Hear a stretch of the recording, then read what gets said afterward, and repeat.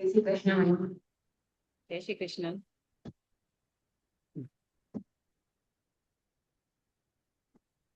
Let's start.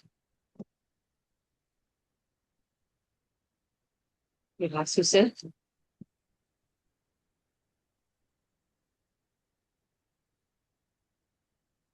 Spine straight.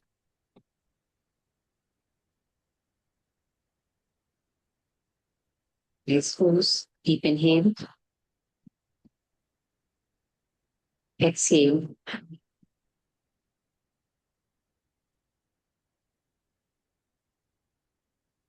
Inhale. Exhale.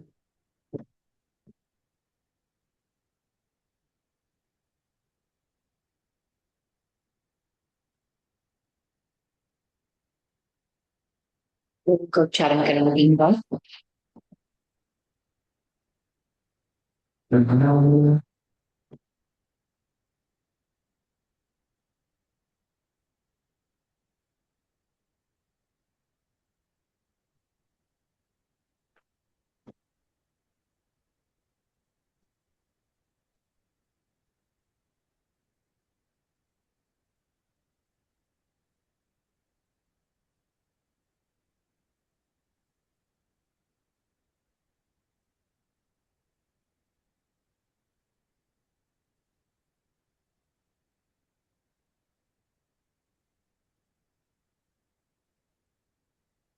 संसारसारं भुजगेन्द्रहारं सदा वसन्तं हृदयारविन्दे नववन्दवाणी सहितं शान्ति शान्ति।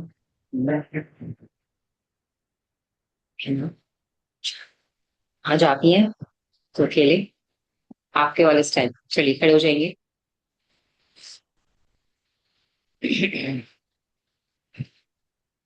वृक्षासन करेंगे। 2 मिनट्स नहीं, हाँ 2 मिनट्स के लिए एक साइड पे अपने कमर को वॉल से लगा देना पीछे। अब वेट सिर्फ पैरों पे रहेगा अपने हिसाब से। चाहे आपको काफ पे रखना हो या पिंडली चेस्ट पे रखना हो, that is up to you.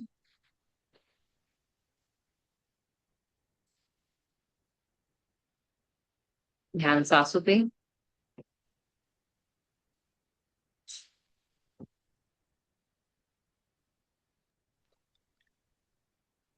Let's start.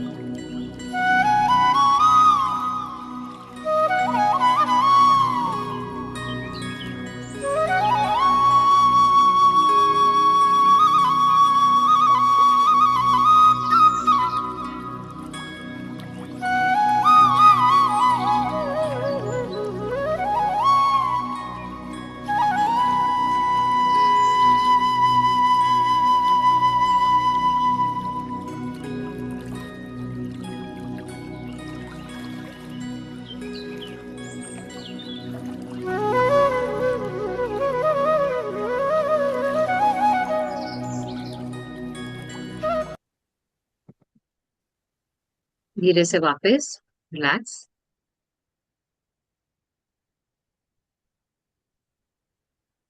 ठीक है, अब की बार जब हम करेंगे वॉल से थोड़ा सा आगे आएंगे, अगर बाई चांस गिरने लगेंगे तो हम वॉल के साथ चले जाएंगे, मगर अपने आप को वॉल से हटा के, हल्का सा हटा के। ठीक है, चलिए other side, other leg.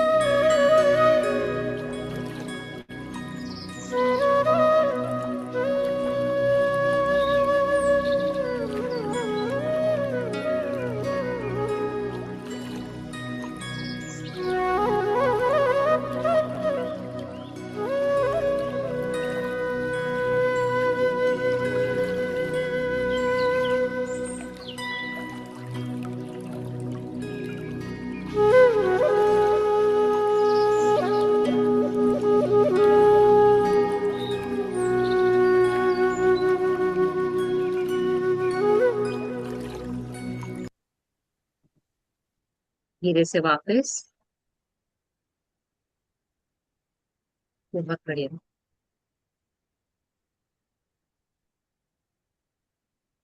Relax होना। पादहस्तासन। ठीक है, ब्लॉक्स की हेल्प से।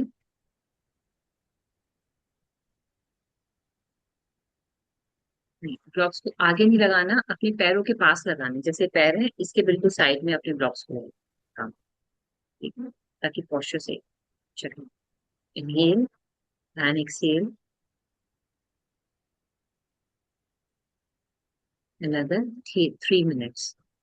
अपने हाथों को ब्लॉक के ऊपर।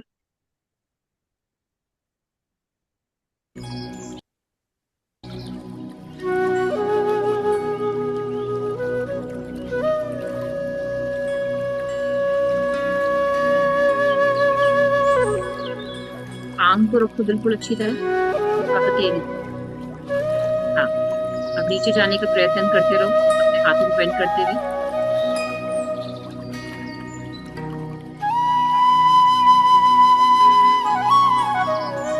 अगर ब्लॉक्स कंफर्टेबल है तो ब्लॉक्स को फ्लैट कर दो।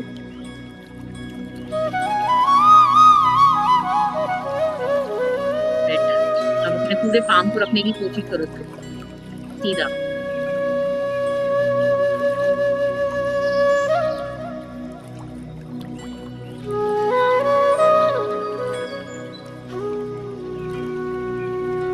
हथेलियों को सामने की तरफ रखो, फिंगर्स को सामने की तरफ, साइड। हाँ, अब नीचे जाने दो अपनी। हाँ, खींचो अपने पैरों को। बहुत बढ़िया। आंखें बंद। Feel the stretch.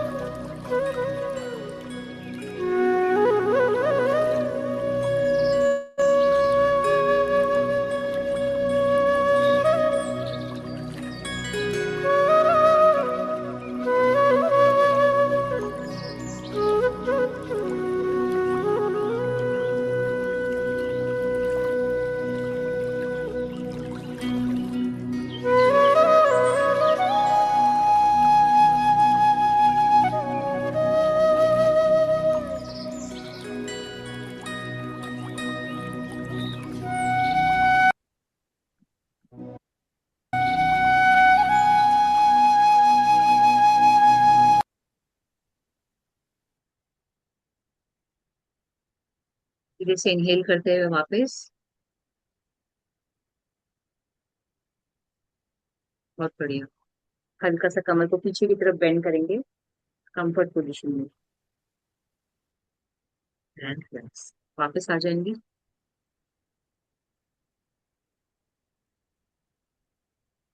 गया, हाथ नीचे गया थोड़ा सा और। हाँ, ये से यहाँ हुआ, नीचे आया था। हाँ। नाइस। हम्म, तो हाथ नीचे गया था और। हाँ, थोड़ा सा गया पहले। हम्म। वो खड़े रखे थे ना तो पाम रहते थे, इस पे पूरा पाम नहीं रहता था। हम्म। फिंगर्स रहते थे और पाम का थोड़ा ही टच होता था, पूरा नहीं होता था पाम। ठीक है, मलासन में आएंगे।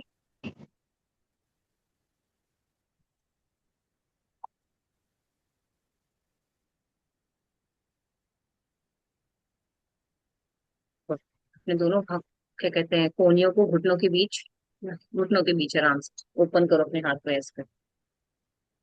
ना ना, नीचे लेकर आओ। कोहनियों को घुटनों के बीच रखो। कमर सीधी, छाती ऊपर, आंखें बंद। Now hold for next 2 minutes.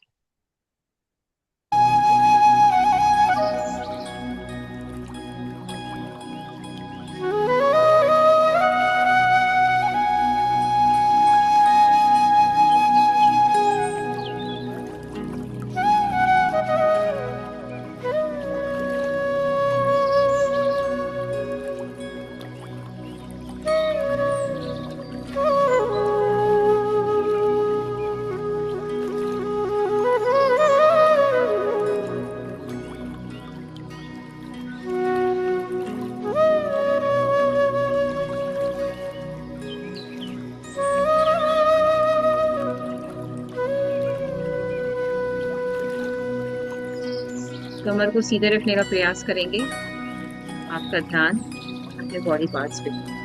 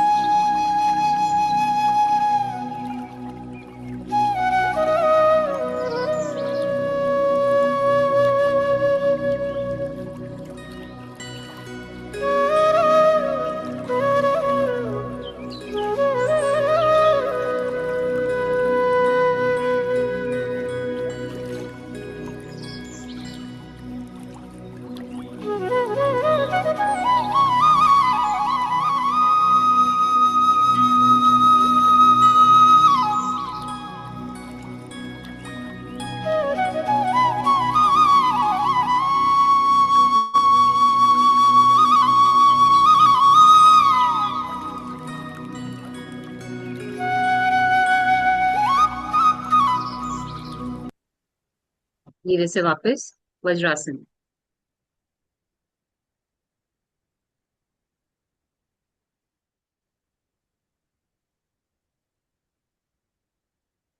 हुआ, उसकी अनुभूति अलग थी पहले से। इतनी देर बैठे आप 2 मिनट के लिए, है ना। पैरों की पेंडुलियों पे बहुत फर्क आता है इसका, ठीक है। वेरिकॉन वेन्स के लिए बहुत अच्छा आसन है ये।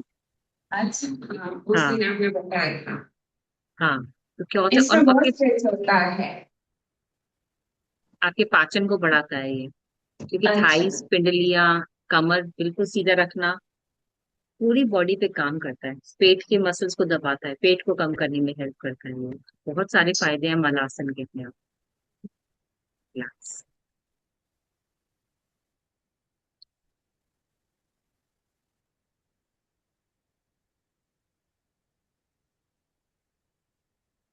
मलासन करने के लिए बहुत प्रैक्टिस करनी पड़ती है, मीन्स ये 2 मिनट 3 मिनट तक बैठने के लिए। एक्चुअली आजकल लोगों को आदत नहीं है ना नीचे बैठने की, सही है। इस वजह से। अदरवाइज इट्स अ नॉर्मल आसन। हम लोग पहले बचपन में टॉयलेट भी इसी में जाते थे, हाँ, वो तो सही ठीक है। है ना। तो आराम से बैठे रहते थे, वहीं सोचते रहते थे यूं करके, मगर ये होता था कि हम उन टॉयलेट पे है ना, हम ज्यादा देर बैठ नहीं पाते। हाँ। यहाँ तो अभी मोबाइल लेके चले जाते हैं लोग, पता नहीं क्या करते हैं मोबाइल, लेकिन मुझे इतना घिन आता है कि टॉयलेट में जाके मोबाइल यूज करना। वो मेरे को बड़ा गंदा लगता है वो तो। मगर अब तो लोग घंटों घंटों बैठे रहते हैं और इट इज हाँ। A very bad impact. आप एक तरह से है ना अपने क्या कहते हैं, हमारा जो एनएस होता है ना, उसको बैक्टीरिया के उसके पास ज्यादा देर रख रहे हो आप। तो हाँ। धीरे धीरे बैक्टीरिया आपकी बॉडी के अंदर इंक्रीज होते हैं। तो पॉट पे तो जितना कम देर बैठना पड़े और जल्दी से जल्दी पेट साफ हो जाए, यानी कि आपका शरीर उतना ही स्वस्थ है। अच्छा। हाँ, कि बैठते ही 2-3 मिनट में आप फ्रेश हो गए और निकलो बाहर। वो नहीं, लोग अभी तो 15-15 सब 10-10। अखबार लेके भी जाते हैं, मेरे रिलेटिव है, मेरे कजिन मामा, वो तो अखबार लेके जाते हैं, घंटा भर के बाहर निकल। Oh my God. हो जाए तो फिर घंटा भर बंद। कौन अगर लेके दूसरा जाता है? ना हो तो, हाँ, दूसरा ना हो तो आप भी ब्लॉक हो जाएंगे, अगर आपको प्रेशर नहीं, आए कौन तो। लेके जाता है ये? मेरे कजिन मामा है। अच्छा, तो उनको बोलो रात को त्रिफला खा के सोया करें। अच्छा। तो उससे कॉन्स्टिपेशन है उनको, इस वजह से हाँ। वो पॉट पे बैठने की, अब शरीर है ना वैसा वैसा बन जाता है। अब उसको जल्दी से फ्लश आउट करने की कोशिश करो, वो बैठा रहेगा, अपना आप बैठा रहेगा, मजा आ रहा है उनको वहां पे बैठ कर। अरे हाँ। नहीं यार, आप अपने माइंड को पहले पेट पे लगाओ, खत्म करो उस काम को और निकलो वहां से। सही। आप मल के पास कितनी देर बैठना चाहोगे? आप अपने ही मल के पास कितनी देर बैठना चाहोगे? अगर इस हिसाब से सोचा जाए, कितना गंदा हाँ होता सही। है ये। आप हाँ अपनी सही। बॉडी में बैक्टीरिया बढ़ाते जा रहे हो, चाहे आपका टॉयलेट जितना मर्जी साफ रहे। मल मूत्र, मल मूत्र ही होता है, बैक्टीरिया ज्यादा आते हैं। ठीक है, आपकी बॉडी का फ्लश आउट है, निकलो जल्दी बाहर। और अगर कॉन्स्टिपेशन है, triphala is a very good impact. Triphala खाओ, जल्दी आ जाओ। बॉडी अच्छा। को, हाँ, आदत भी नहीं पड़ती, बॉडी साफ होने लग जाती है। तो ये है, ये सब चीजें जरूरी होती है। मेरे को तो समझ में नहीं आता, कई लोग बैठे रहते हैं ना, तो मैं अपने, मेरी बहन के बच्चे हैं ना, मैं उनको बहुत डांटती हूँ उस मामले में। तो सही है। उसी मुझे टाइम लगता है, मैं ना साले टिफला खा के सोया कर रात को, टाइम नहीं लगेगा सुबह तेरे को। सही है। अभी क्या है, अभी तो मैंने कई मम्मियों को भी देखा है कि वो सुबह होती है, बच्चों लोगों को स्कूल स्कूल में जाना होता है ना, तो जल्दी उठा देते हैं और बिठा देते हैं पोर्ट पे जाके कि नहीं हाँ बैठो। अभी सही है कि उसको क्लीन करके जाए, लेकिन अगर उसको नहीं है प्रेशर तो आप बिठा के कितनी देर उसको रखोगे? आधे घंटे बिठा देते हैं, बैठो बैठो, जल्दी उठा के नहीं बिठा नहीं, देते एक्चुअली वहीं क्या पे। है, बॉडी को है ना समझने में टाइम लगता है। बच्चों को, इट्स अ गुड हैबिट, क्योंकि क्या होता है बच्चों के साथ, बच्चों को नहीं पता होता कि कौन सा टाइम जाने का, कौन सा टाइम नहीं है। उनको नहीं पता कब फ्लश आउट होना है, कब नहीं होना। जब हम बॉडी को उस हिसाब से प्रिपेयर करते हैं कि नहीं भैया सुबह उठ करके तेरे को फ्लश आउट होना है, तो बॉडी की क्लॉक उस हिसाब से बनती है। आप बैठो तो सही जा करके, तो आदत बनने लग जाती है। वो हाँ। जाएगा, मम्मी नहीं हो रही बेटा, प्रेशर लगा, सांस लेता रहे, कुछ ना कुछ करता रहे, गुनगुना पानी पी करके बैठ जा। मगर क्या होता हाँ। है, एक बॉडी की क्लॉक एक बार एडजस्ट हो गई ना, पूरी जिंदगी के हाँ लिए उसके लिए फिर ठीक रहता है। तो फिर ये सुबह चीज ही। ठीक है। हाँ, क्योंकि माँ तो पहली गुरु है, उसको तो भेजना ही है, पहले उसके पहले पहले फ्रेश हो ले, दांत मांज ले, उसके बाद नहा ले। तो ये नित्य की नियम जो है, ये तो बताने जरूरी है।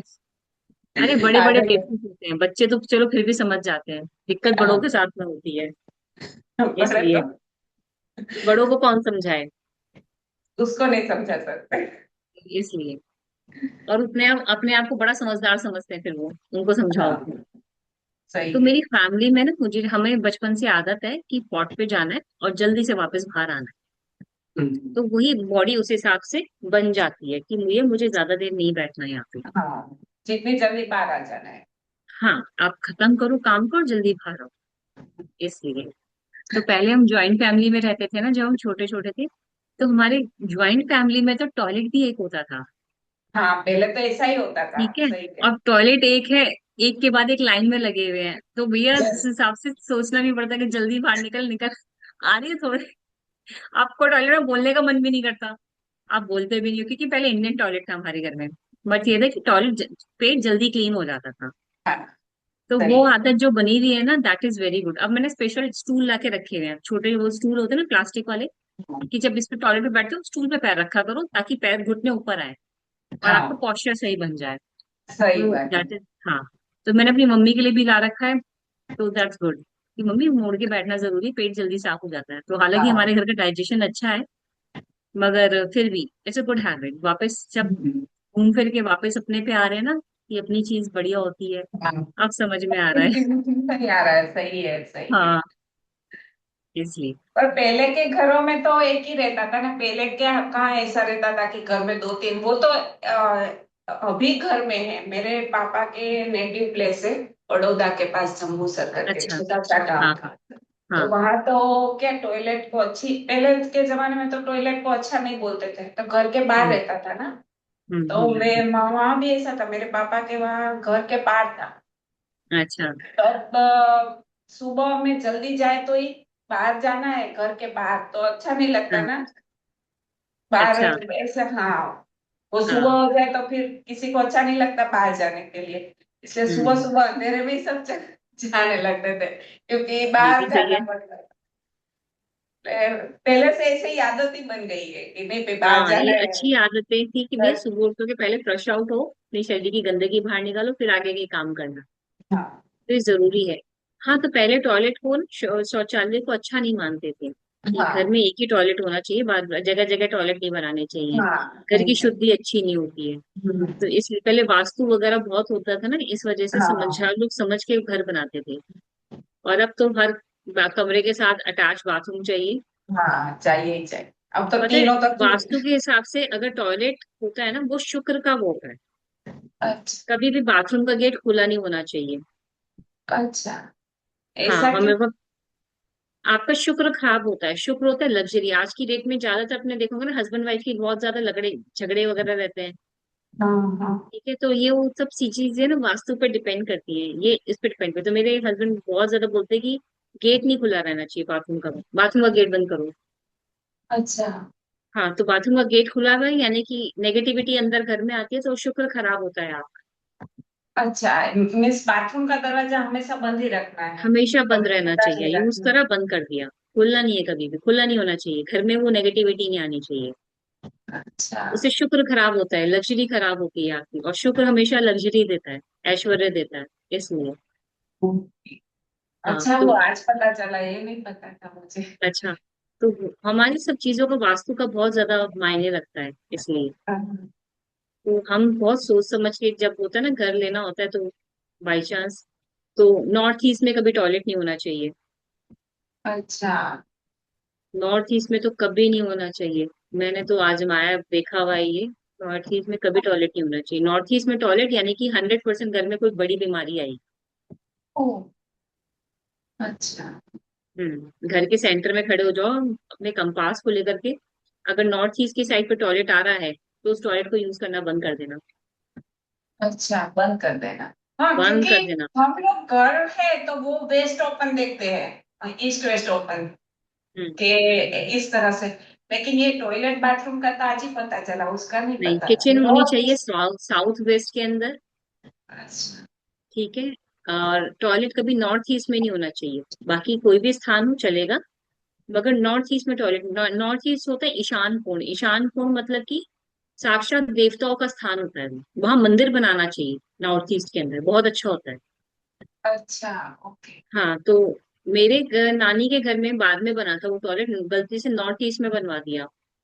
उसके बाद मेरी नानी को कैंसर हुआ, मेरे एक मामा का लड़का था उसको कैंसर हुआ, और फिर वो घर उन्होंने सेल आउट कर दिया। अच्छा पहले नहीं थी बीमारी हमारे का नानी के घर में, तो बाद में टॉयलेट बनने के बाद वो वास्तु दोष आया और बीमारियां स्टार्ट हो गई। और छोटी मोटी बीमारियां भी नहीं आती, बड़ी बड़ी बीमारियां, क्रॉनिक डिजीज आती है, कैंसर टाइप की बीमारी आ गई थी। पहले घर में नहीं थी किसी को भी हमारे। तो नानी को भी हुआ, फिर उसको भी हो गया, तो फिर मेरे मन में डाउट और मैंने चेक करा, तो मैंने कहा मामा, ये घर बाथरूम बंद करना पड़ेगा, टॉयलेट आपको यूज करना, आप कोई और टॉयलेट यूज करो, घर में इतने सारे बाथरूम टॉयलेट हैं, आप कोई और यूज करो, इसको बंद कर दो, ताला लगा दो। तो इसलिए तो बहुत मैटर करता है। अच्छा, नॉर्थ ईस्ट में नहीं होना चाहिए, अगर वो तो यूज हाँ नहीं करना चाहिए। हाँ, वास्तु बहुत ध्यान रख करके कि दो चार चीजें देखनी होती है घर में मेरे को बस, तो कि नॉर्थ, आपको वास्तुशास्त्र भी आता है? आपने वो भी नहीं किया है? थोड़ा बहुत जानकारी है मुझे, थोड़ी अच्छा बहुत, कि अपना किचन कभी क्या कहते हैं, किचन का जो स्टोव होता है और पानी का जो सिंक होता है वो एक ही लाइन में नहीं होना चाहिए। नहीं। ना, उसके डायरेक्शन से अलग होनी चाहिए। अगर किचन सिंक, वो गैस स्टोव यहाँ पर है तो सिंक यहाँ पर होना चाहिए, एक लाइन में नहीं होना चाहिए। अग्नि और जल कभी एक साथ नहीं रह सकते। अच्छा, तो हमारे यहाँ अभी जहाँ ये मेरा घर है ना, तो हमारे यहाँ तो ऐसे ही दिया है, ऐसे प्लेटफॉर्म है, यहाँ हम्म। गैस है और यहाँ सिंक है। अच्छा, तो बीच में ब्रेकेज चाहिए फिर आप? नहीं, ब्रेक नहीं, कंटिन्यू है, वही बोल रही है ना, ना ना, सीधा तो ब्रेकेज प्लेटफॉर्म है। देना पड़ेगा आपको। अच्छा, ओके। तो ब्रेकेज तो देना पड़ेगा आपको, चाहे कुछ ना कुछ बीच में लगाओ या रखो, या फिर शेल्फ वगैरह लगाओ, कुछ हो, ऐसा ब्रेकेज होना चाहिए। उससे क्या होता है, जब अग्नि और वो होता है ना, जल एक साथ होते हैं ना, तो बीमारियां आती हैं, अच्छा। बरक्कत नहीं होती है खाने में, अच्छा। बीमारियां घर में, कलेश आने लग जाते हैं। तो जल और अग्नि कभी एक साथ नहीं रखते, दोनों ऑपोजिट हैं। अच्छा। हाँ। तो घर में डाइजेस्टिव इश्यूज रहेंगे, लोगों को खाना नहीं पचेगा ढंग से, और खाने की प्रॉब्लम्स रहती हैं घर में, फिर लोगों की बीमारियां बढ़ती चली जाती है खाने की वजह से। अच्छा। हम्म। तो बीच में ब्रेकेज होना चाहिए कुछ ना कुछ। अच्छा। आप कुछ शेल्फ लगा दो, या फिर कुछ कबर्ड वगैरह रख दो, कुछ भी शोपीस वगैरह, बीच में ब्लॉकेज रहेगी इसलिए। तो वो अच्छा, कुछ पार्टीशन जैसा कुछ कर देना। पार्टीशन टाइप का चाहिए, तो वो जरूरी होता है। इसलिए मेरी चिमनी यहाँ लगी है, और मैंने अपनी गैस स्टोव यहाँ रखी हुई है। मैंने कहा नहीं भैया, मैं पानी के साथ में अपनी गैस स्टोव नहीं रखूंगी। अच्छा, वो अभी जो नए बन रहे हैं ना, मैं अभी देखने गई थी एक दो जगह, तो वो आपने बोला ना वैसे है कि इस तरह गैस स्टोव है और सिंक है, वो इस साइड पे आपके सामने के हम्म। साइड पे। हाँ हाँ। लेकिन मेरा जो है वो ऐसे मैंने बोला ना वैसा कंटिन्यू है, यहाँ पे गैस है और कोने में सिंक है। हम्म। नहीं पता होता लोगों को, तो बीच में कुछ आपको बैरियर रखना पड़ेगा। अच्छा, हम्म। तो अब सोचना पड़ेगा कुछ आज पता हाँ। चला। तो ये सब ऐसा। चीजें वास्तु के हिसाब से, खाने हर चीज बहुत मैटर करती है। जब भगवान राम ने चित्रकूट में अपनी कुटिया बनाई थी ना, हाँ। तो भगवान राम ने भी वास्तु के हिसाब से अपनी कुटिया बनाई थी। अच्छा। उसमें लिखा हुआ है ये रामायण में, कि वास्तु शास्त्र के अनुसार ही उन्होंने अपनी कुटिया का निर्माण किया था। अपनी कुटिया के अंदर क्या कहते हैं, उन्होंने चीजों को स्थान दिया था, देवताओं को, अपनी किचन को, फिर उन्होंने कुटिया में प्रवेश किया। तो वास्तु का तो बहुत ज्यादा महत्व है। भगवान राम ने भी उस टाइम पे भी सोचा था, और हम तो इस टाइम पे भी नहीं सोचते। हाँ, तो भगवान भगवान होकर के भी उन्होंने वास्तु के बारे में सोचा था, हम मनुष्य हाँ, होकर के वास्तु के बारे में नहीं सोच सकते। उनको तो वास्तु कुछ नहीं बिगाड़ सकता, तो हमारा बहुत कुछ बिगाड़ सकता है। फिर भी हम तो कुछ सोचते ही नहीं। हाँ, मुझे ये मुझे ज्ञान तो। नहीं होता, लोग पता करना भी नहीं चाहते। जब सब कुछ ठीक चल रहा होता है ना, तब कुछ नहीं पता करता। ये ज्ञान ऐसा है ना, इसके बारे में जितना पढ़ा जाए, कई बार जरूरी भी होता है। आपकी प्रॉब्लम्स का सॉल्यूशन भी निकल आता है। कई बार आपकी ग्रह दशा इतनी अच्छी होती है कि ये सब चीजें आपको इफेक्ट नहीं करती, मगर कहीं ना कहीं बाद में इफेक्ट करना चालू कर देती है। अच्छा। इसलिए तो ये सब चीजें, सबसे इम्पोर्टेंट नॉर्थ ईस्ट का टॉयलेट का होता है। मैं सिर्फ इसी को मानती हूँ घर में, कि नॉर्थ ईस्ट में टॉयलेट नहीं होना चाहिए। ये देवताओं का स्थान है, तो ये देवताओं को रहना चाहिए, यहाँ कुछ नहीं चाहिए मुझे। तो इसलिए बाई चांस कोई टॉयलेट भी होता है मेरे घर में, है मम्मी के घर में, तो हम टॉयलेट यूज नहीं करते उसको। टॉयलेट नहीं के लिए यूज नहीं करते, सिर्फ कपड़े वगैरह धोने के लिए मशीन रखी हुई है वहां पे। हाँ। वो ठीक, वो चल जाता है, मगर अपना मल त्याग नहीं करोगे आप। अच्छा, इसलिए इसलिए तो बहुत मैटर करता है वास्तु। तो अगर वहां मीन्स अगर घर है और उसमें नॉर्थ ईस्ट कोना आता है तो वहां हम मंदिर बना सकते हैं। वहां मंदिर बहुत अच्छा रहता है। अच्छा। नॉर्थ ईस्ट के अंदर मंदिर बहुत अच्छा होगा, वो देवताओं का स्थान ही होगा। आज पता चला। मुझे वास्तुशास्त्र के वो सब लोग ऐसे बोलते थे, घर में वो लाफिंग बुद्धा आता है ना। लाफिंग बुद्धा कहाँ का है? चाइना का है। नहीं, वो घर में ईस्ट साइड पे रखो ना, ईस्ट की तरफ, तो उससे बहुत अच्छा होता है ऐसा। मुझे किसी ने कहा था, मेरे घर में तो नहीं है, अभी तक मैं नहीं लाई, क्योंकि ऐसा हम्म। बोलते हैं कि वो अगर आपको कोई गिफ्ट देना तो अच्छा है, आप खुद ले तो अच्छा नहीं है। हाँ हाँ। हाँ, किसी को आपको गिफ्ट देना देखो पड़ेगा। यार, पूरे संसार में ना इतने सारे कल्चर है, इतनी सारी सब चीजें है ना, आप हर किसी को मानने लगो ना तो कंफ्यूज हो जाते हो। सही। इसलिए तो अपने हिसाब से अपना कल्चर फॉलो करें तो ज्यादा बेटर रहता है। हाँ। लाफिंग बुद्धा का क्या होता है, कैसे होता है, मुझे नहीं समझ में आता, क्योंकि उसके अलग अलग पॉस्चर के अलग अलग मीनिंग्स होते हैं। उनके 8 पॉस्चर्स होते हैं, और 8 पॉस्चर्स के अलग अलग मीनिंग होते हैं। अच्छा, ऐसा है। हाँ। अच्छा, तो नहीं इसलिए पता। तो कोई भी राफे मुद्दा नहीं होता, हर किसी की अपनी अपनी खासियत होती है। हाँ, इससे अच्छा है हमारा ही शास्त्र में जो लिखा है वो करे तो ही बेटर है। आप वो भी कर लें, वो भी गरीमत होती है, हमें तो वो भी नहीं पता। तो अपने नहीं शास्त्रों को पढ़ लेना, वो ही नहीं पता होता हमें। नहीं पता मुझे, मुझे आपने बताया तभी पता चला। वास्तु के बारे में तो मुझे कुछ भी नहीं पता, सुना है वास्तु शास्त्र के बारे में, लेकिन हम्म। ये आपने जो नॉर्थ ईस्ट का बोला, फिर ये जो बोला, वो कुछ नहीं पता था कि सिंक और स्टोव साथ में नहीं होने चाहिए, वो कुछ नहीं पता था, आज ही पता चला। नहीं, मुझे पढ़ने का शौक है ना इन सब चीजों को, तो मैं पढ़ती हूँ तो ये इसलिए। मीन्स ये आप वास्तु शास्त्र की बुक में पढ़े, मीन्स ये सब। हाँ, थोड़ा थोड़ा सा पढ़ लेती हूँ, बाकी अच्छा, अच्छा है, पर इसलिए। ये सब जानने को मिलता है। हाँ, बेसिक ज्ञान पता होना चाहिए इसलिए। अब अच्छा जब है। कहते हैं ना कि नॉर्थ की तरफ सर रख के नहीं सोना चाहिए, हाँ। ये तो बेसिक है, ये सबको पता होता चाहिए। घर में कभी दक्षिण में क्या कहते हैं, किसी जीवित इंसान की वो नहीं, पिक्चर नहीं लगानी चाहिए।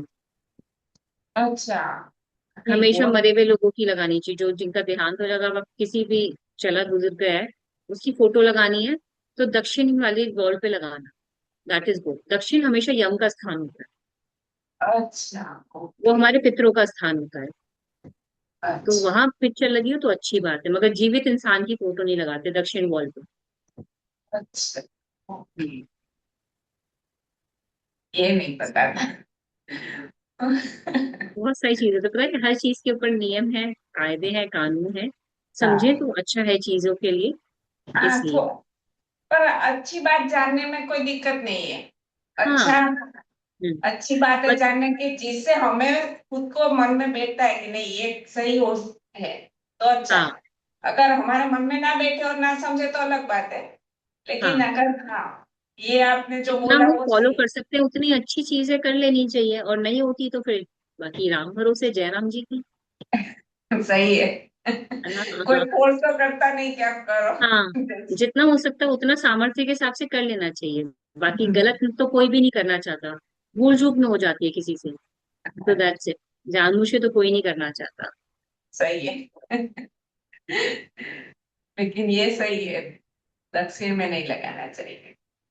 अब जैसे पीछे माता जी की फोटो लगी हुई है आपके यहाँ पे बाहर, हाँ तो वो दक्षिण वॉल है तो अच्छी चीज है, अच्छी हाँ जगह है। और अगर दक्षिण वॉल नहीं है तो फिर आप दक्षिण वॉल पे प्लेस कर सकते हैं पितरों का फोटो, हमेशा बड़े लोगों का फोटो दक्षिण वॉल पे हाँ, होना चाहिए। नहीं वो मेरी नॉर्थ साइड, हाँ वो नॉर्थ आएगा, क्योंकि अच्छा। मेरा ईस्ट वेस्ट है। अच्छा, ईस्ट फेसिंग हाँ, है। तो इस साइड पे दक्षिण आएगा ना, मुझे इस स्पोर्ट पे लगाना पड़ेगा ना। हम्म। नहीं वो नॉर्थ बोल मेरी मदर की है। अच्छा। हाँ, दक्षिण में लगाने से अच्छा रहता है। पापा बोलूंगी इस पोल पे कहीं पे करना पड़ेगा। वो मंदिर कौन सी, नॉर्थ ईस्ट अगर ना हो। नॉर्थ ईस्ट में हो तो अच्छा होगा। हाँ, लेकिन नॉर्थ ईस्ट अगर ना हो तो कोई और जगह, क्योंकि मेरा मंदिर है ना वो, मेरा नॉर्थ ओपन है, मीन्स साउथ, नॉर्थ, साउथ देखो, में। मंदिर है ना, किसी भी डायरेक्शन में रख सकते हो, मंदिर होता है भगवान का स्थान। रखने को किसी भी डायरेक्शन में रख सकते हो, मगर नॉर्थ ईस्ट सबसे उत्तम माना जाता है, बस ये है। अच्छा, भगवान चारों पांचों दिशाओं के अंदर है, छह दिशाओं के अंदर है, बट नॉर्थ ईस्ट सबसे उत्तम माना जाता है। अगर बाई चांस स्थान नहीं है घर में, तो आप ठीक है साउथ वेस्ट में भी रख सकते हो, किसी भी स्थान पे रख सकते हो, मंदिर के साथ कोई मनाही नहीं है, क्योंकि अच्छा, स्वयं भगवान वहां विराज रहे हैं, तो वहां तो सभी शुद्धि हो ही जाएगी अपने आप ही। बट नॉर्थ अच्छा। ईस्ट सबसे अच्छा माना जाता है, बस ये। हाँ, मेरा नॉर्थ में है, लेकिन वो ईस्ट है कि नहीं वो नहीं पता है। उस अच्छा। टेम्पल, हाँ, मंदिर है नॉर्थ में मेरा। हम्म। ठीक है, मंदिर तो कहीं पे भी चल जाता है, बस नॉर्थ ईस्ट सबसे उत्तम माना जाता है, क्योंकि वो देवताओं का स्थान है। बस वहाँ टॉयलेट इसलिए नहीं होना चाहिए क्योंकि हम अपना मल त्याग करते हैं, हाँ इसलिए कभी भी। इसलिए तो सब चीजों को मैटर करता है ना, कि हम सूर्य की तरफ देख करके मल का त्याग ना करें। हाँ, हाँ, उसकी तरफ हमेशा पीठ रहनी चाहिए, तो इसलिए इन सब चीजों को मैटर करता है, इसलिए बैलेंस रखना पड़ता है। अच्छा है। ऐसा जानने को मिले तो अच्छा लगता है, कुछ नया हमें भी मिले, जानने को मिला। और इससे अच्छा ये है कि अगर हम कुछ गलती कर रहे हैं तो वो भी हमें पता चलता है कि नहीं भाई ये गलत है, तो इसे सही करें। कुछ अच्छा है हमारे पता पास नहीं। है ना हर चीज का सॉल्यूशन है, हर चीज का ज्ञान है। मतलब कि हमारे जो शास्त्र है ना, सनातन धर्म, वाकई में ये धर्म नहीं था, एक जीने की कला है, ये आर्ट है कि कैसे जिया जाता है, कैसे बैलेंस के साथ जिया जाता है। तो वो बैलेंस धर्म नहीं है हमारा। किसी भी आपने शास्त्र पढ़ा होगा ना, चारों वेद पढ़ लो, आप कोई भी पुराण पढ़ लो, कहीं पे भी हिंदू नाम वर्ड नहीं आता, हिंदू धर्म नहीं आता। हिंदू कोई धर्म ही नहीं था, हमारे शवहानी था। शास्त्रों के हिसाब से कोई हिंदू धर्म नहीं है। जहाँ पे भी आते हैं हम सनातनी आते हैं, सनातन। सनातन मतलब कि अम,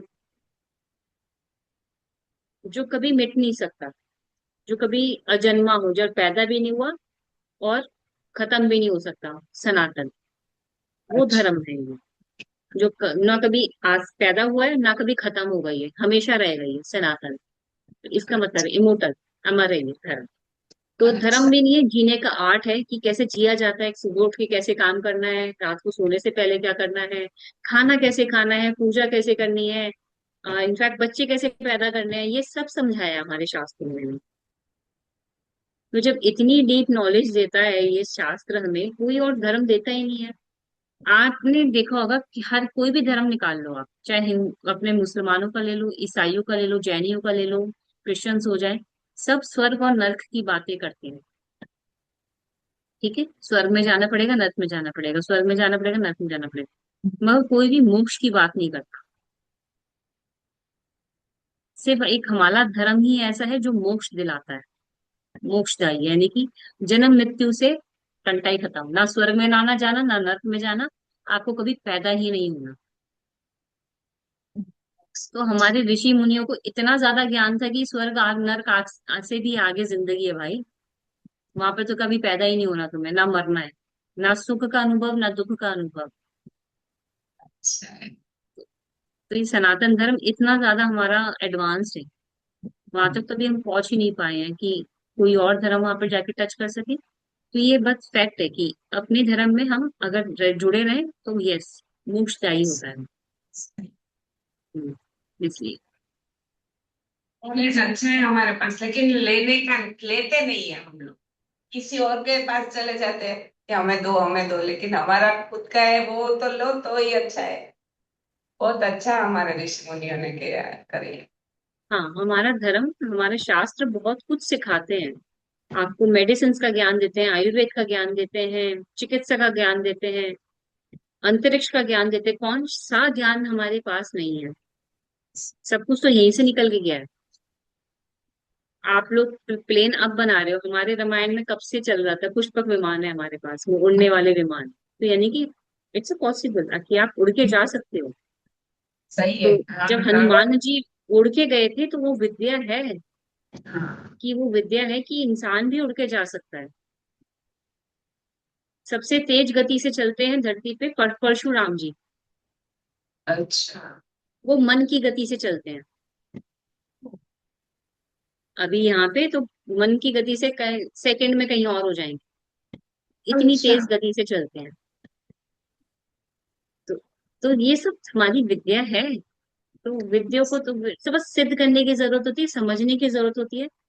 पहले जैसे गुरु भी नहीं रहे और आप पहले जैसे शिष्य भी नहीं रहे कि उनको समझाया जा सके या समझा जा सके। यहाँ तो लोग सांसों को ही नहीं समझ पाते। ये सब विद्या कहाँ से समझेंगे?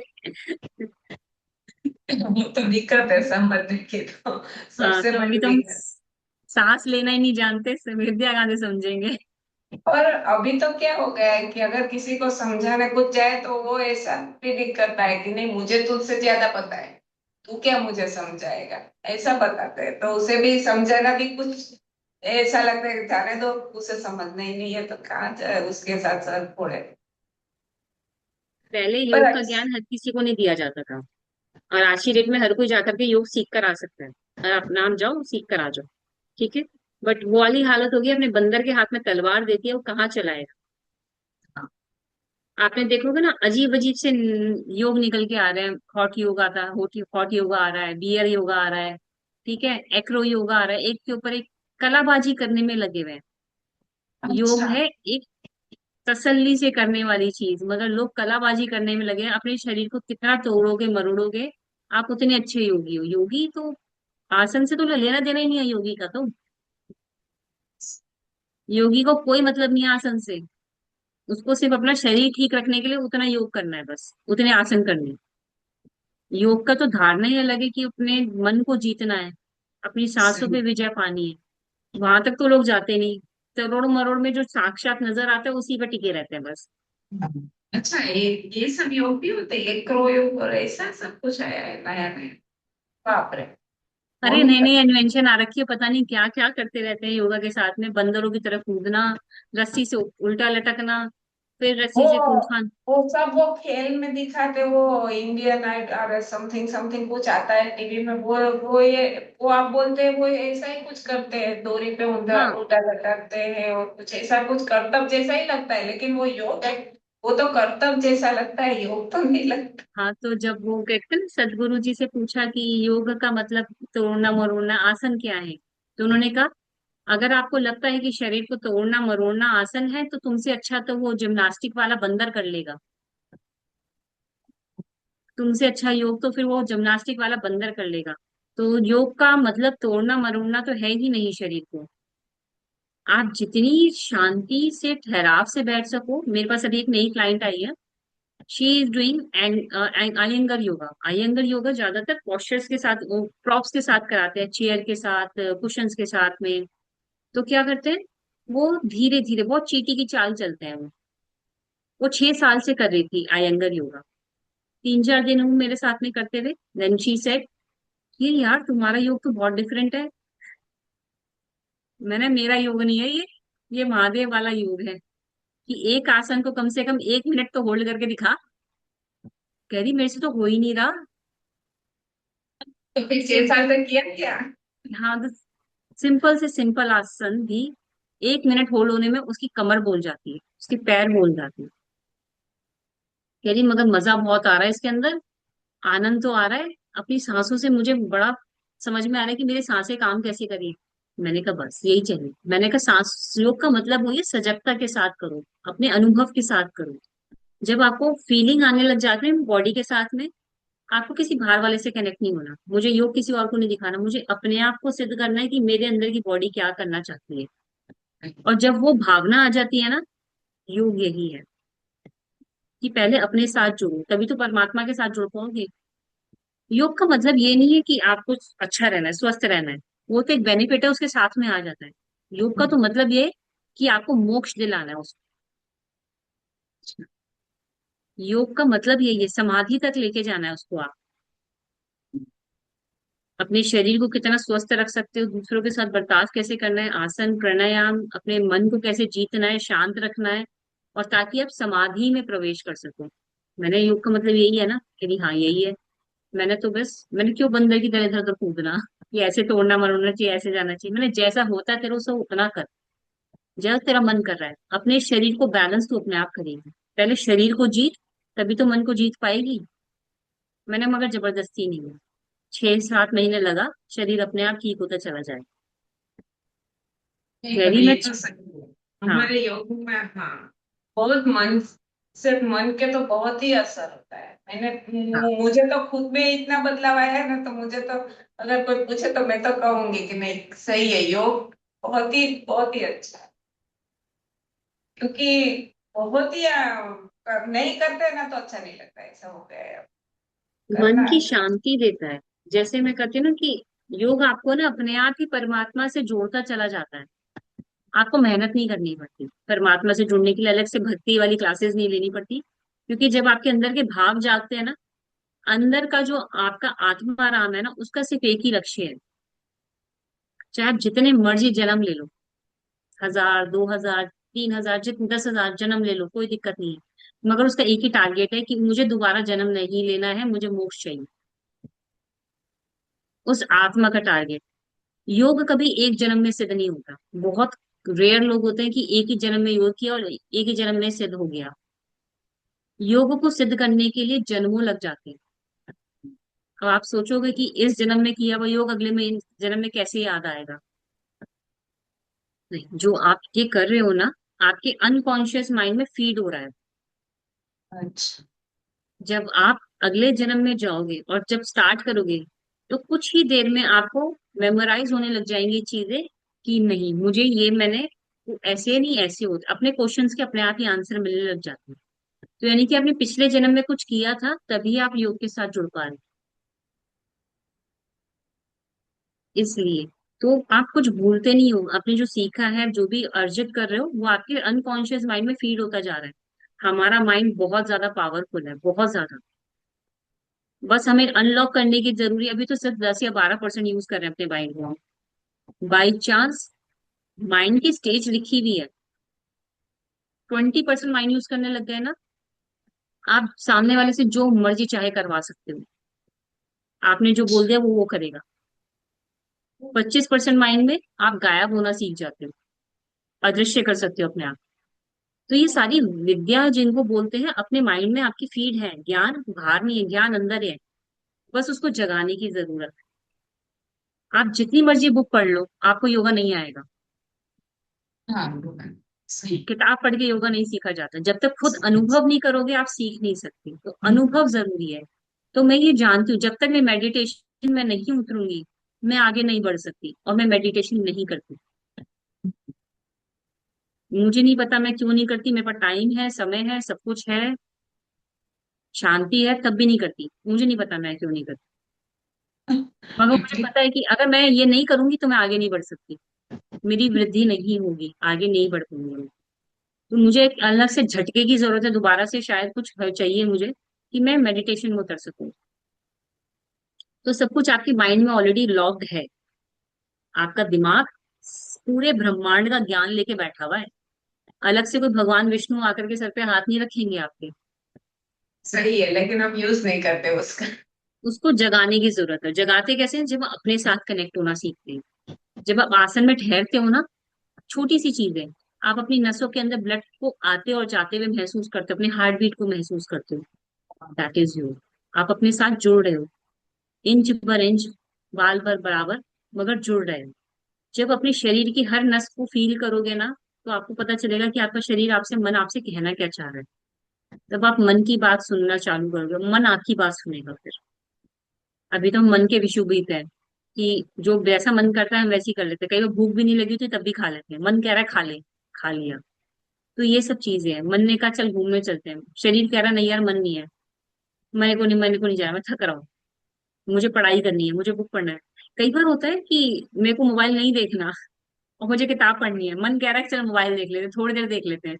और उसके अंदर आधा घंटा कहाँ निकल जाता है पता भी नहीं चलता, 1 घंटा कहाँ निकल गया। और कुछ जाने को भी नहीं मिलता, फालतू ही देखते हैं। ऐसा हाँ, ही हो जाता कोई ज्ञान प्राप्त नहीं हो रहा, कुछ नहीं हो रहा, मगर फिर भी देख रहे हैं। है। हाँ। तो इतना ज्यादा एडिक्टेड होते जा रहे हैं। तो अपने आप को कंट्रोल करना, ये हमें योग सिखाता सही। है।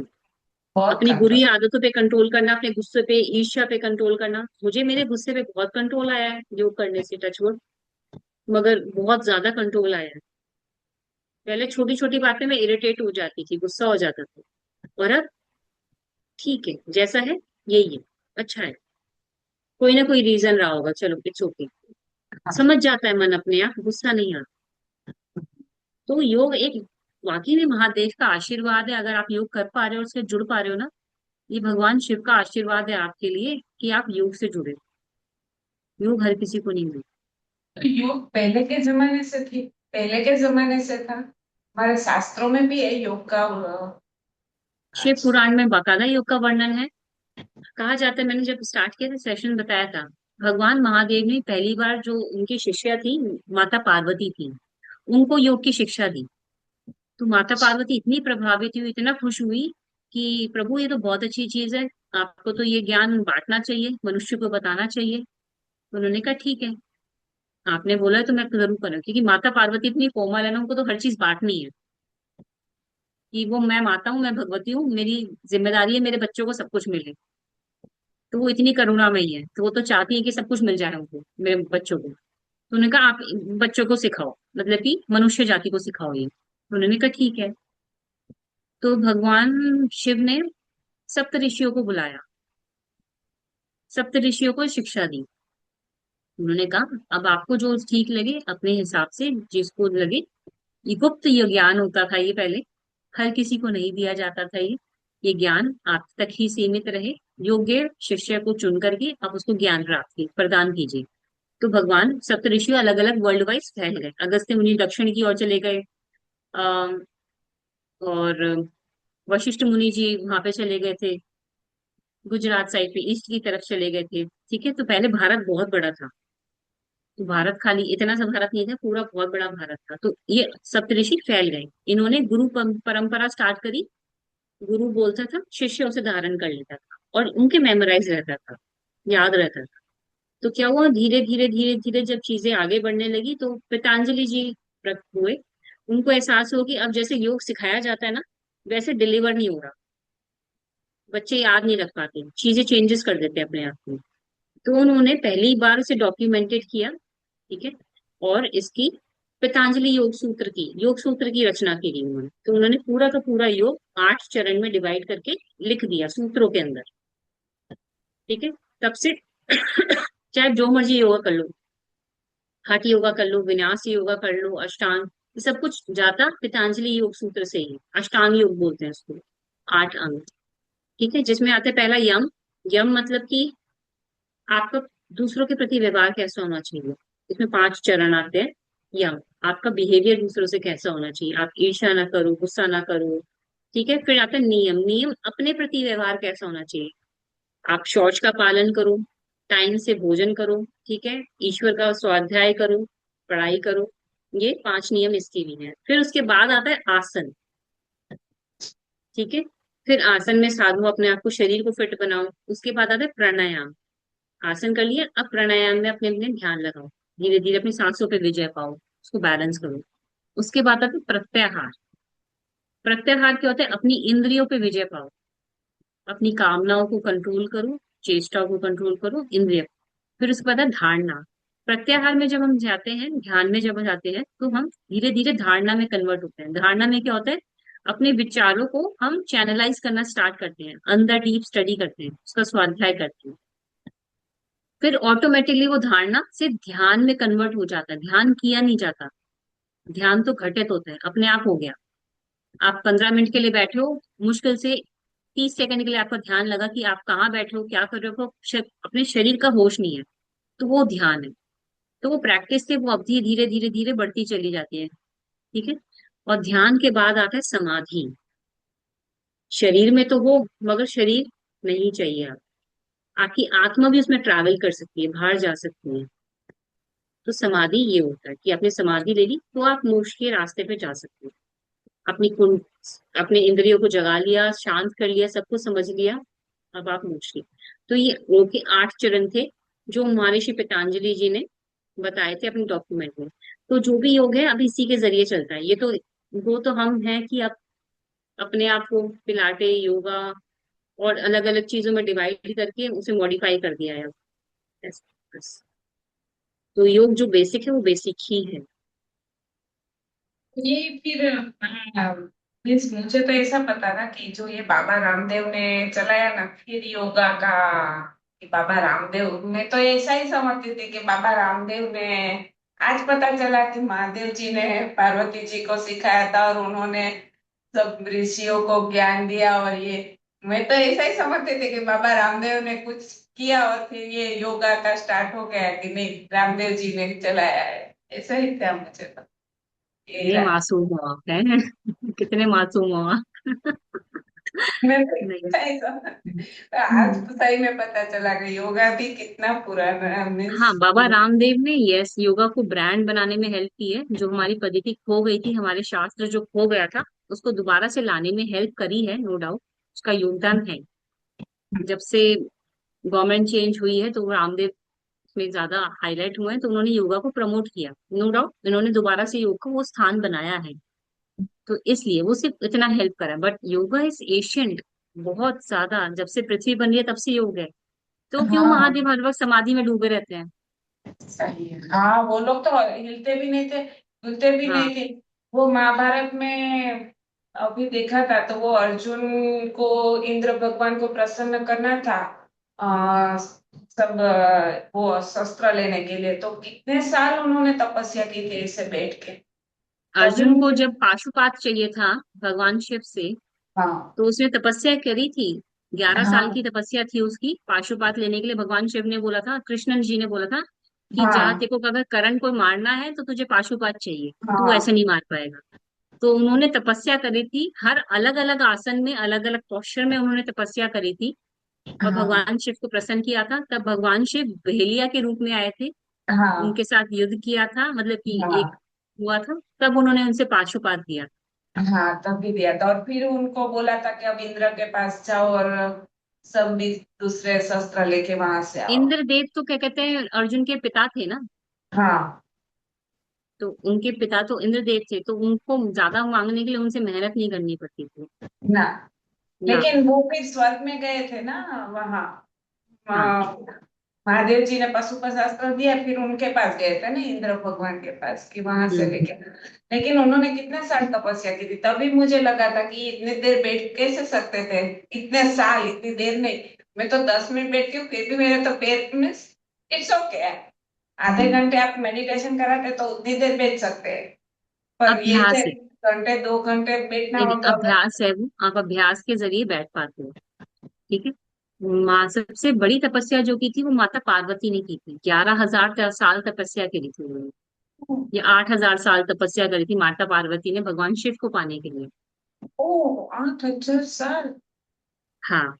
तो पहले तो खाते थे, वो कुछ कुछ खाती रहती थी। भोजन भी फलिहार पे रही, फिर धीरे धीरे फलिहार भी छोड़ दिया, जल पे आ गई, फिर जल भी छोड़ दिया। फिर एंड तक वो उस पे रही थी, बेलपत्र पे। वो एक अच्छा। रोज बेलपत्र का पत्ता खाती थी, दैट्स इट, और तपस्या में बैठ गई। तो तभी महादेव को बेलपत्र इतना प्रिय है कि उन्होंने मेरी पार्वती का ध्यान रखा। अच्छा। हाँ, इसीलिए हम लोग महादेव जी के वो करते हैं ना बेलपत्र बिलीपत्र। चढ़ाते हैं क्योंकि महादेव को इसलिए प्रिय है क्योंकि मेरी पार्वती का ध्यान रखा था बेलपत्र में। तो तपस्या के अंदर सिर्फ उसी से तो पोषण लेती थी, वो सूखा हुआ बेलपत्र होता था वो भी खाती थी। तो अच्छा, इसलिए। इसीलिए सब लोग। हाँ, तो बेलपत्र अपने आप में बहुत बड़ी मेडिसिन है। अच्छा। पीपल का पत्ता बहुत बड़ी मेडिसिन है। पर वो इसलिए ऐसे मीन्स 3 में ही होना चाहिए ना। 3 में होना हाँ चाहिए। नहीं, बेलपत्र अलग अलग भी आते हैं, 8 के भी आते हैं, 5 के भी आता है। 3 वाला तो कॉमन है, वो मिल जाता है इजीली। 5 वाला हाँ। मुश्किल से मिलता है, 8 वाला मुश्किल से मिलता है, 11 भी आता है। अच्छा, वो नहीं पता। एक ही लीफ के अंदर 11 अलग अलग पत्तियां होंगी। वो बहुत रेयर मिलता है। अच्छा। बहुत रेयर होता है। हाँ, वो इसलिए। देखा भी नहीं है। एक नहीं, में मैंने भी 11। देखा नहीं है, मैंने सिर्फ पढ़ा है वो उस पे लेकिन मुझे शिव वो पुराण में। एडिटिंग करने में ये बहुत दिक्कत हो रही है। कितना अच्छा दिख रहा होगा ना, क्योंकि हाँ, 3 वो ही। एक ही डंडी के अंदर 11 अलग अलग पत्ते होते हैं। तो वो 11 मुखी वो होता है, क्या कहते हैं, हम्म क्या कहते हैं, बेलपत्र। तो वो महादेव को अत्यंत प्रिय होता है, वो बहुत रेयर मिलता है, बहुत रेयर। अभी कब कब अभी श्रावण महीना आएगा तभी देखना पड़ेगा, क्योंकि अभी तो श्रावण महीने में तो बहुत बिल पत्र चलते हैं। 3 वाला ही मिलता है, वो कॉमन है, वो चढ़ जाता है, तो वो इसलिए हाँ। नहीं, बेलपत्र के 5 इसलिए। वाला भी नहीं देखा, 8 वाला भी नहीं देखा है वो कल। नहीं, मैंने भी सिर्फ कुछ शिव पुराण में पढ़ा उसे वो कहीं नहीं देखा, लेकिन अब देखेंगे कभी। कोई जगह पे देखे तो देखेंगे भाई कोई है इसमें, तो हाँ कैसे हाँ, जीते पेड़ होंगे होते हैं ना, वो पेड़ नहीं। के अंदर देख सकते हैं, अच्छा है या नहीं है, देख तो ले। हाँ, ऐसा अभी तक पता रुद्राक्ष नहीं भी था तो आते हैं ना, कभी एक देख। मुखी से लेकर के 21 मुखी तक आते हैं। ओह, अच्छा। हाँ, वो तो मैंने देख रखी है, 1 से लेके 21 मुखी रुद्राक्ष की पूरी माला देख रखी है मैंने। 21 मेरे मुखी। गुरुजी। 21 मुखी, उसमें इतनी सारी इतना बड़ा होता है वो, इतनी सारी लाइनें लाइनें लाइनें लाइनें होती हैं। पूरे 21 मुखी होते हैं। अच्छा, ओके। तो इतने से रुद्रों में 21 मुख होते हैं। हाँ, 21 मुख होते हैं। हर हर एक मुखी से लेकर के 21 मुखी तक आते हैं। तो हर हाँ, मुख के एक अलग मुखी अलग। का तो देखा है मैंने, एक हाँ, मुखी का एक मुखी देखा। का हर किसी का अपना अपना अलग अलग वो होते हैं, अच्छा। सिंबल्स। एक वाला तो स्वयं महादेव का समर्पण होता है कि हाँ। स्वयं महादेव है। 2 मुखी वाला शिव शक्ति का होता है। अच्छा। 3 मुखी वाला त्रिदेव का होता है। 4 मुखी वाला होता है, ऐसे कुछ है, ऐसे करके अलग अलग है, सिंबलाइज होते हैं उसके। हाँ, पर इक्कीस मुखी तो बहुत रेयर होता होगा ना, क्योंकि हाँ, इतने से रुद्र में 21 मुखी बहुत ही रेयर दिखता होगा।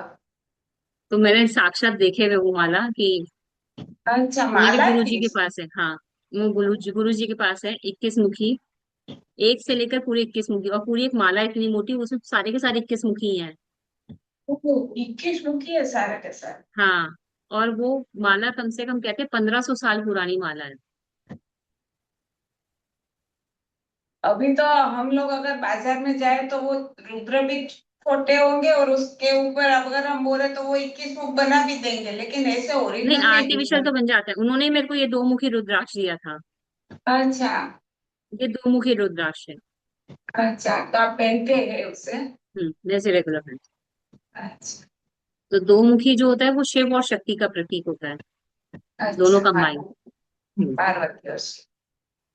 जनरल जो मिलता है 3 मुखी और पंचमुखी मिलता है, बहुत इजीली मिल जाते हैं, वो हर पेड़ पे लग जाते हैं उसकी। तो ज्यादातर अच्छा। 1 मुखी, बाकी मुखी तो बहुत मुश्किल से मिलते हैं, हाँ, इसलिए। एक मुखी है, वो मेरे पास है। अब वो ओरिजिनल हाँ। है कि नहीं है वो नहीं पता है मुझे, पर मेरी अच्छा। मम्मा, हाँ मेरी मदर के पास था, वो मैंने अभी तक रखा है। एक मुखी तो अच्छा, है।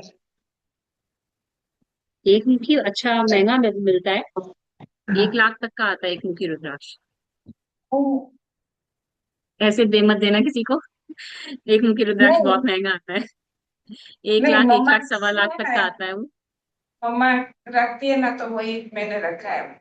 हाँ, तो 1 मुखी महंगा, एक हम्म, वो, 1 लाख तक का। हाँ वो मम्मा है उस टाइम पे बोलती थी कि नहीं ये हमारे लिए शुभ है, इसे रखना है बस, इसलिए हम्म। मैंने भी रखा है। हाँ, नहीं, घर में होना अच्छा होता है, स्वयं हाँ, महादेव का प्रतीक होता है ना, इसलिए।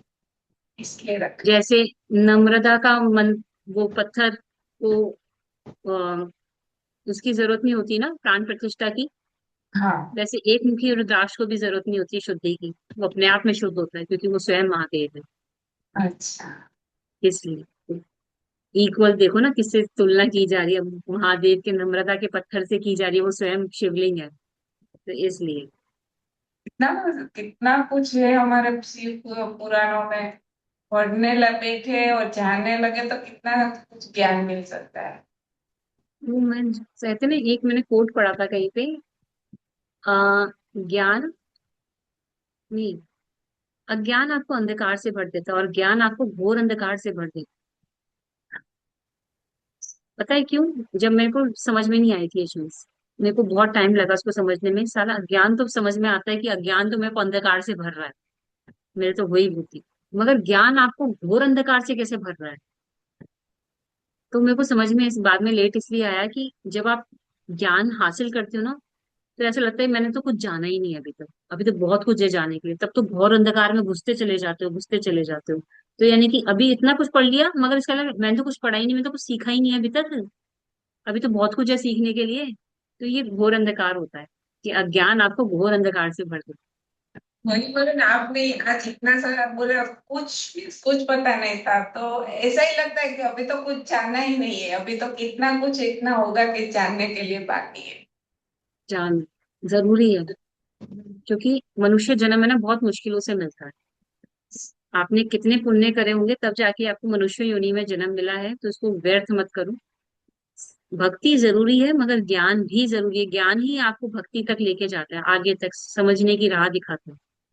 तो ये इसी सब आप मीन्स क्या गीता, किस मीन्स विष्णु पुराण कौन सा क्या पढ़ते हैं तो ये सब जानने को मिलता है?